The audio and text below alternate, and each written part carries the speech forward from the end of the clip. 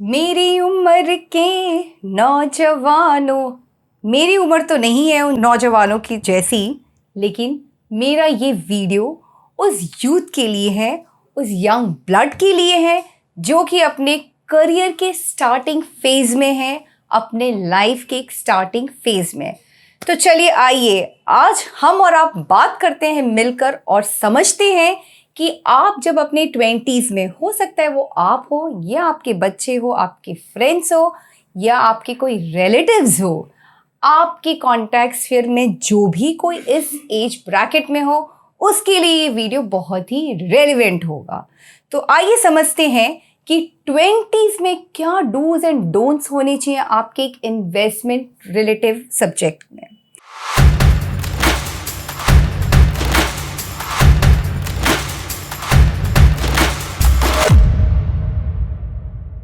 तो पहले हम ये समझते हैं, ये उम्र बहुत ही ज़्यादा एक्साइटिंग फेज होता है आपके लाइफ का, क्योंकि आप इस एज में बहुत कुछ करना चाहते हैं, क्योंकि ज़िंदगी यहाँ से आपके लिए बहुत ज़्यादा उतार चढ़ाव दिखाएगी।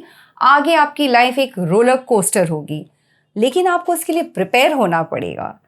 तो 20s में जब आप होते हैं तो सबसे पहले बहुत ही ज़रूरी है कि आपके ऊपर कोई लोन नहीं हो। लोन यानी वो चाहे कुछ भी हो, पर्सनल लोन। कई बार हम होता है कि हमारे पास कई बार फ़ोन्स भी आते हैं कि आप ये फ़ोन पर्सनल लोन ले लीजिए, आप ये खरीदने के लिए, आप ये लोन ले लीजिए ये खरीदने के लिए। लेकिन आपको ये लोन का ट्रैप को अवॉइड करना है। लोन गाड़ी खरीदने के लिए हो, बाइक खरीदने के लिए हो या और कोई भी गोल के लिए हो, तो आप ये अपने आप से एक वादा करेंगे कि हम लोन नहीं लेंगे। दूसरा होता है, देखिए एक एजुकेशन लोन भी होता है, लेकिन एजुकेशन लोन रिक्वायरमेंट के लिए होता है, वो आपके फ्यूचर को बिल्ड करता है।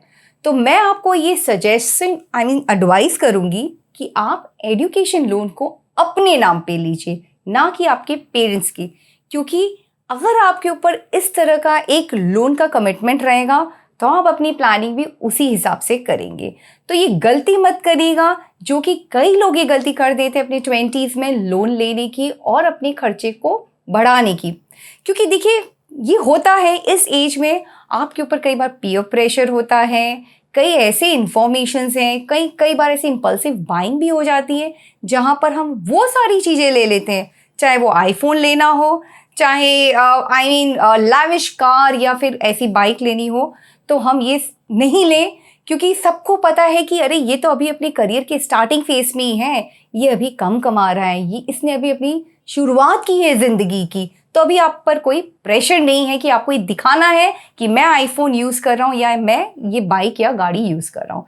तो यहाँ अगर आप जो भी पैसा बचाएंगे, तो मैं आगे अपनी वीडियो में बताऊँगी कि कैसे आप अपनी सेविंग्स या इन्वेस्टमेंट कॉर्पस को बना सकते हैं। अब हम आते हैं कि आपको करना क्या क्या चाहिए। सबसे ज़्यादा इम्पॉर्टेंट है, बहुत ज़रूरी है, आपको अपने फाइनेंशियल प्लान को बहुत ही सिंपल रखना है, सॉर्टेड रखना है, कॉम्प्लिकेटेड नहीं करना है। तो पहले बात करते हैं इंश्योरेंस की। मैं ये समझती हूँ इंश्योरेंस यानी सिर्फ दो तरह का इंश्योरेंस आपके फाइनेंशियल प्लान में बहुत ज़्यादा ज़रूरी है या वो बहुत ज़्यादा कंट्रीब्यूट करेगा। एक होता है आपकी life coverage which is a term plan, दूसरा होता है हेल्थ इंश्योरेंस जो कि बहुत ही ज़्यादा आज के दिन में ज़रूरी है।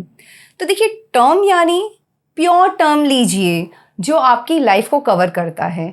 इस एज में जबकि आप अपने एकदम यंग फेज में अप्रॉक्स 20 से 25 ईयर्स की एज ब्रैकेट में, तो अगर आप कोई भी टर्म इंश्योरेंस लेंगे तो वो बहुत ही मिनिमल रेट पे आ जाएगा।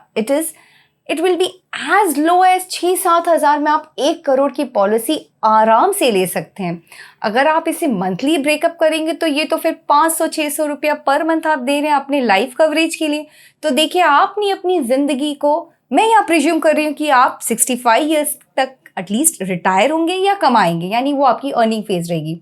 तो देखिए नेक्स्ट 45 ईयर्स तक अगर आप इसे पे भी करते हैं तो भी आप एक बहुत अच्छा अपना लाइफ कवर ले सकते हैं, जो कि हर इंक्रीजिंग एज में आपकी प्रीमियम भी इंक्रीज होती रहती है। तो उसे अवॉइड करने के लिए आज ही, इनफैक्ट अभी एक कैलकुलेशन करिए और एक टर्म पॉलिसी को ज़रूर लीजिए। हो सकता है आप बाद में आपकी अर्निंग्स बढ़े या आपके खर्चे बढ़े तो आप अपनी लाइफ कवर को इंक्रीज कर सकते हैं, लेकिन कहीं ना कहीं से शुरुआत तो करनी होगी ना। तो इसीलिए आप अपने लाइफ कवर को यानी टर्म पॉलिसी को आज ही करिए। दूसरा जो कि बहुत ही इंपॉर्टेंट होता है, मैं ये बोलना भूल गई कि अगर आप टर्म पॉलिसी लेते हैं तो वो क्या अप्रॉक्सीमेटली होनी चाहिए, वो डिपेंड करता है हर एक के अपने अर्निंग के हिसाब से।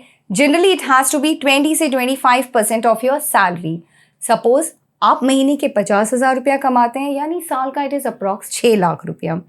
उसकी 20% या 25% के आसपास आपकी 20 से 25 multiple, not percentage, that should be your life cover.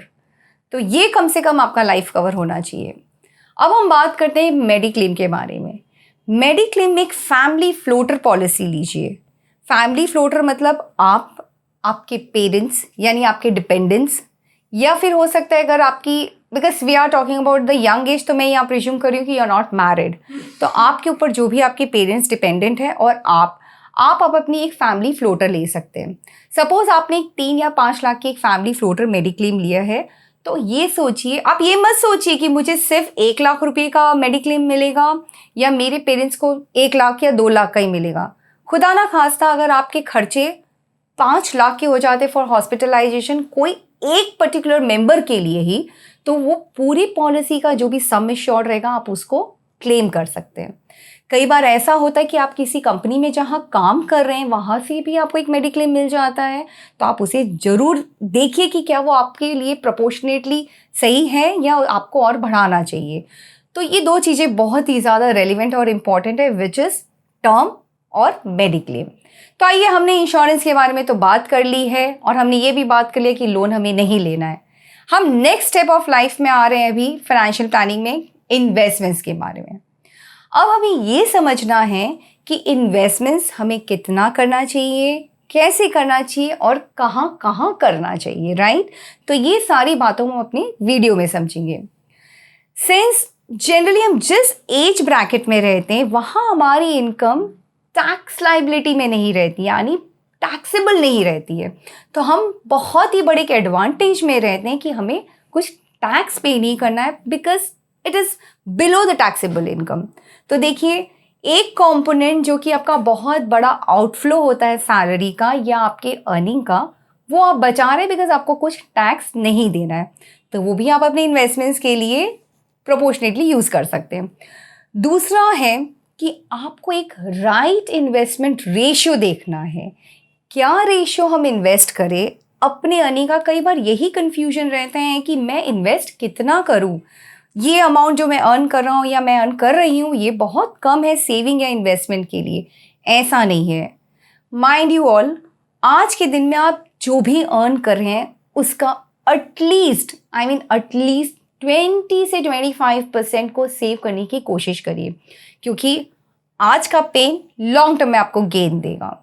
आज अगर आप अपने खर्चों को कम कर देंगे, लिमिट कर देंगे, तो नेक्स्ट 45 ईयर्स तक जो आप सेविंग करेंगे, इन्वेस्टमेंट्स करेंगे, वो आपको एक हैंडसम कॉर्पस देगा।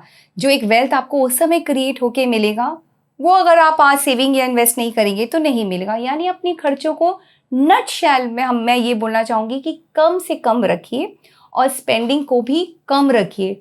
Don't over spend, because it is rightly said that each Penney saved is each Penney earned. तो आप हर एक छोटे पैसे को, हर एक छोटे खर्चे को इन्वेस्ट खर्च करने के पहले, स्पेंड करने के पहले ज़रूर सोचिए कि अगर मैं उसे नहीं करूं और मैं उसे सेव और इन्वेस्ट करूं तो मुझे उसका लॉन्ग टर्म में क्या बेनिफिट होता है। बिकॉज हमने सब ने कहीं ना कहीं पढ़ा है या कहीं ना कहीं ये सुना है, जो कंपाउंडिंग का बेनिफिट है, उसका जो पावर है वो हमें लॉन्ग टर्म में मिलेगा। तो आप बहुत ही सही एज में हैं जब आप ये इन्वेस्टमेंट्स को प्लान कर रहे हैं और इस वीडियो को सुन रहे हैं, बिकॉज आज अगर आप अपने इन्वेस्टमेंट्स को प्लान करेंगे तो उसके जो लॉन्ग टर्म इम्पैक्ट होगा या जो आपके एक कॉर्पस बनकर आएगा, you will be amazed to see that. अब इन सारी बातों को मैंने वर्बली तो काफ़ी कर लिया, अब इन सब को समझने के लिए चलिए आइए हम इसे एक डेटा फाइनेंशियल कैलकुलेटर के साथ समझते हैं कि किस तरह ये सारी बातें आपको रेलेवेंस दिखा सकती है after putting them into a financial calculator. तो देखिए, हमने इतनी सारी अभी तक बातें की हैं, इसको अब हम एक फैक्ट्स एंड फिगर्स के साथ अगर एक कैलकुलेटर में रख रहे हैं which is a retirement calculator, तो हम एक्चुअली ऑब्जेक्टिव ये है कि अब हम ये देखना चाह रहे हैं कि हमें आज, यानी आज जब आप इन्वेस्ट करना स्टार्ट कर रहे हैं, तो कितना क्या करना चाहिए जिससे हम एक सिग्निफिकेंट कॉर्पस तक पहुंच सके। तो मैं आपको एक प्लानिंग बता रही हूँ 1 करोड़ की। Suppose you need to plan a, आप रिटायरमेंट के लिए एक 1 करोड़ का कॉर्पस क्रिएट करना चाह रहे हैं। ओके, एंड देन आपकी एज मैं आज प्रिज्यूम करी हूँ विच इज़ 20 ईयर्स एज, जबकि आप रिटायर करेंगे। So let's take it 65 years, I mean आपको नेक्स्ट 45 ईयर्स तक आपके इन्वेस्टमेंट्स को चलाना है। एक्सपेक्टेड रेट ऑफ रिटर्न मैं यहाँ पे 12% ले रही हूँ। सॉरी, रेट्स रिटर्न के पहले हम इन्फ्लेशन को डालेंगे, जो कि बहुत ज़रूरी है। मैं ये कैसे भूल सकती हूँ, इन्फ्लेशन जो कि बहुत ही बड़ा एक डेमन है और आपके इन्वेस्टमेंट्स को किल कर देता है अगर आप उसे सही तरीके से प्लान नहीं करते हैं। बिकॉज इन्फ्लेशन में आपके एक्सपेंस या आपकी इन्वेस्टमेंट प्लानिंग सेम नहीं रहते, बिकॉज हम आज के टर्म्स में उसको प्लान करें। ये आज का प्रेजेंट वैल्यू है 1 CR, तो मैंने इन्फ्लेशन को लिया है 5%। हमने एक्सपेक्टेड रेट ऑफ रिटर्न यहाँ लिया है 12%। उसके बाद current saving approximately I am putting 10,000। तो देखिए, इन सब नंबर्स को हमने जब फिगर्स में डाला है, तो आज के दिन में कुछ गेस कर सकते हैं कि 1 करोड़ का कॉर्पस जो कि आज के वैल्यू में है, नेक्स्ट 45 ईयर्स के लिए 5% इन्फ्लेशन के साथ 12% एक्सपेक्टेड रिटर्न पे आपको कितनी SIP करनी चाहिए। मैं चाहूँगी आप कमेंट बॉक्स में कुछ गैसेस लिखिए। लिख दिया आप लोगों ने? यस। तो देखिए, आपको जानकर बहुत ही हैरानी होगी, यू विल बी अमेज्ड कि सिर्फ अगर आप 5,000 की SIP for the next 45 years चलाते हैं, तो आप एक हैंडसम कॉर्पस क्रिएट कर सकेंगे 1 करोड़ के आसपास का, जो कि आज के वैल्यू के टर्म्स में थे। आई एम रिपीटेड, इन्फ्लेशन को लेने के बाद इसका अमाउंट विल बी मोर। तो देखिए, हमने ये समझ लिया कि हमें SIP कितनी करनी है इन्वेस्टमेंट्स के लिए। अब ये भी जानना बहुत ज़रूरी है कि हमें कहाँ कहाँ इन्वेस्ट करना चाहिए, किन किन एवेन्यूज़ और किन किन प्रोडक्ट्स में, इंस्ट्रूमेंट्स में इन्वेस्ट करना चाहिए, जिससे कि आपके रिटर्न्स मैक्सिमाइज हो सके।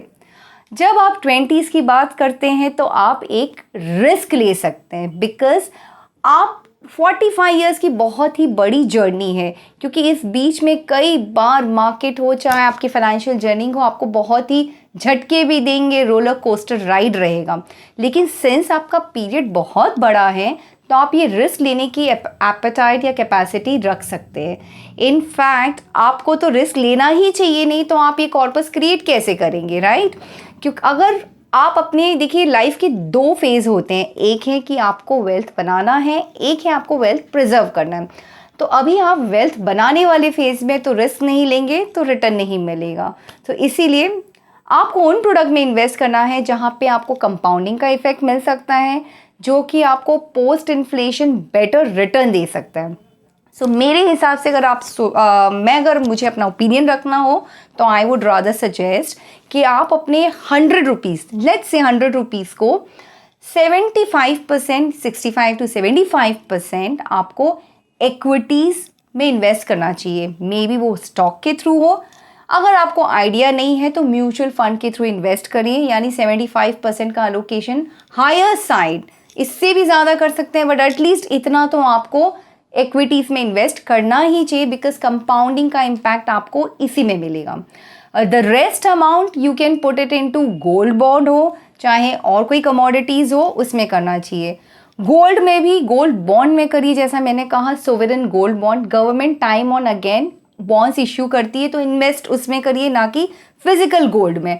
आपको गोल्ड के प्राइस का बेनिफिट लेना है, ना कि आपको गोल्ड का बेनिफिट लेना है। तो इसीलिए सोवरेन गोल्ड बॉन्ड खरीदिए। सो आपके पोर्टफोलियो में रादर आपने ये देख लिया है कि किस तरह से आपको अलोकेशन करना है। FD मत करिए, बिकॉज मैं FD के एकदम अगेंस्ट हूँ at this point of time. ऐसे नहीं कि मैं FD नहीं सजेस्ट करती हूँ, बट आज आपको वो प्रोडक्ट चूज़ करना है जो कि आपके इन्वेस्टमेंट प्लानिंग के लिए बहुत ही रेलिवेंट रहे, और आपका ऑब्जेक्टिव है जो कि आपको रिटर्न्स बनाना है। तो आप ये इस तरह से एक मॉडल पोर्टफोलियो स्टार्ट कर सकते हैं। तो आज ही अभी अपने इन्वेस्टमेंट्स को प्लान करिए और कई सारी ऐसी टिप्स और इन्फॉर्मेशन को जानने के लिए मुझे फॉलो करिए। शब्बा खैर, फिर मिलेंगे कई इंटरेस्टिंग फैक्ट्स के साथ। Mutual fund investments are subject to market risks. Read all scheme related documents carefully.